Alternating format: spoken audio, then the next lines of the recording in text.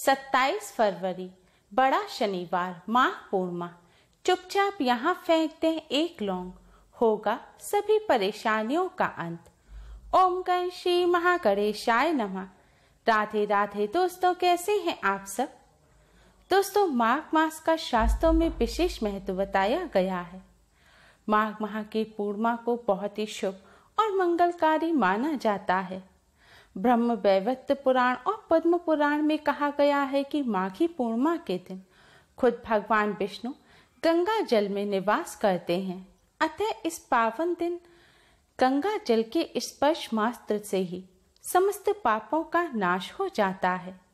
माघ पूर्णिमा पर सूर्योदय से पूर्व स्नान करने से उत्तम गति प्राप्त होती है। भगवान विष्णु और माँ लक्ष्मी जी की कृपा प्राप्त करने के लिए माघ पूर्णिमा पर स्नान के जल में गंगा जल मिलाकर उससे स्नान करना चाहिए। इस दिन स्नान दान करते समय ओम नमो भगवते वासुदेवाय मंत्र का जाप अवश्य ही करते रहें। यह भी माना जाता है इस दिन सभी देवता पृथ्वी पर आकर प्रयाग में स्नान दान करने के साथ साथ मनुष्य रूप धारण करके भजन सत्संग आदि करते हैं। और माघ पूर्णिमा के दिन सभी देवी देवता अंतिम बार स्नान करके अपने लोक को प्रस्थान करते हैं। इस दिन भगवान सत्यनारायण की कथा करने का भी विशेष महत्व है। माघ पूर्णिमा पर यथाशक्ति दान अवश्य ही करना चाहिए। इस दिन कंबल, कपास, गुड़, घी, मोदक, छाता, फल और अन्न आदि का दान करना बहुत ही शुभ माना जाता है। इस बार माघ पूर्णिमा शनिवार के दिन है। शनिवार और माघ पूर्णिमा के इस शुभ संयोग पर शनि देव के दोष से पीड़ित व्यक्तियों को काला कपड़ा, काला तिल, काली उड़द की दाल और सरसों के तेल का दान करना चाहिए। इस दिन पितरों का श्राद्ध तर्पण करने की भी परंपरा है। इससे सुख सौभाग्य की प्राप्ति होती है। पद्म पुराण में बताया गया है कि इस दिन गंगा स्नान करने का कई गुना लाभ मिलता है। पद्म पुराण के अनुसार बाकी के महीनों में जप तप और दान करने से भगवान विष्णु उतने प्रसन्न नहीं होते जितने कि वे माघ पूर्णिमा के दिन स्नान करने और भगवान विष्णु का पूजन करने से प्रसन्न हो जाते हैं। दोस्तों, आज के इस वीडियो में हम आपको पूर्णिमा के इस पावन पर्व पर करने वाला एक बहुत ही आसान और असरकारक उपाय बताने जा रहे हैं। इस उपाय को करने से भगवान श्री हरि विष्णु माँ लक्ष्मी जी की कृपा से बिगड़े कार्य बनने लगते हैं।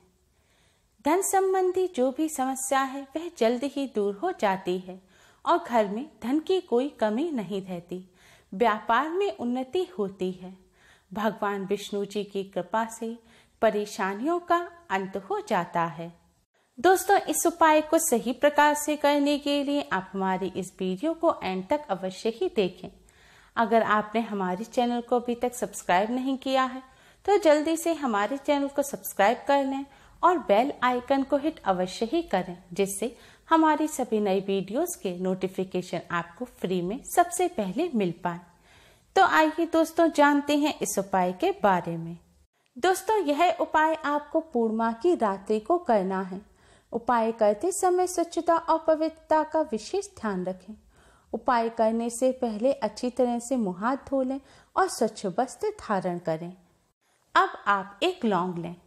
ध्यान रखें, इस उपाय को करते समय आपको साबुत फूल वाली लौंग लेनी है। टूटी हुई या बिना फूल की लौंग से आप इस उपाय को ना करें। आपको वह लौंग लेनी है जो पूजा में इस्तेमाल होती है। अब आप अपने मंदिर के सामने आसन बिछाकर बैठ जाएं। भगवान श्री हरि विष्णु माँ लक्ष्मी जी के सामने एक शुद्ध घी का दिया जलाएं और एक सुगंधित धूप बत्ती जलाएं। दिए को सीधे जमीन पर ना रखें। दिए के नीचे कोई खाली पात्र रख दें या कपड़ा बिछाकर आप दीपक को रखें। सीधे जमीन पर रखा हुआ दिया अपूर्ण माना जाता है। दिया जलाने के पश्चात अब आप इस लौंग को भगवान विष्णु जी के चरणों में रख दें। भगवान विष्णु जी और माँ लक्ष्मी जी को कुमकुम से तिलक करें। तिलक करने के पश्चात अब आप भगवान विष्णु जी के 12 मंत्र ओम नमो भगवते वासुदेवाय का 108 बार जाप करें। इस मंत्र का जाप आप उंगली पर गिनकर या फिर आप किसी माला पर मंत्र का जाप करते हो तो उस माला पर भी कर सकते हैं। तुलसी जी की माला पर इस मंत्र का जाप करना बहुत ही शुभ माना जाता है।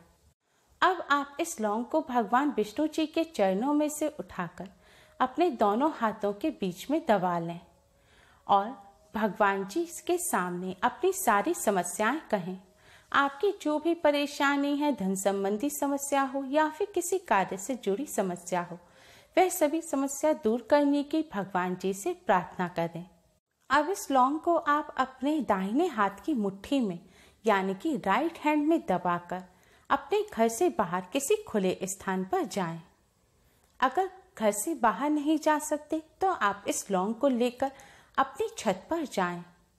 छत पर जाने के बाद अब आप दक्षिण दिशा की तरफ यानी कि साउथ की तरफ कमर करके खड़े हो जाएं। ध्यान रखें, आपको साउथ की तरफ कमर करनी है। दक्षिण दिशा की तरफ कमर करके खड़े होने के बाद अब आप इस लौंग को अपने मुट्ठी में दबाए हुए ही अपने सिर पर 7 बार बारें, यानी कि आपको इस लौंग को अपने सिर पर 7 बार क्लॉकवाइज घुमाना है। जिस तरह घड़ी की सुइयां घूमती हैं, इसी तरह आपको बाएं से दाएं की तरफ, लेफ्ट से राइट की तरफ इस लौंग को अपने सिर पर 7 बार घुमाना है। लौंग को 7 बार सिर पर घुमाने के बाद अब आप इस लौंग को अपने सिर पर पीछे की तरफ फेंक दें। आपको इस लौंग को सिर पर से पीछे की तरफ, साउथ की तरफ फेंक देना है।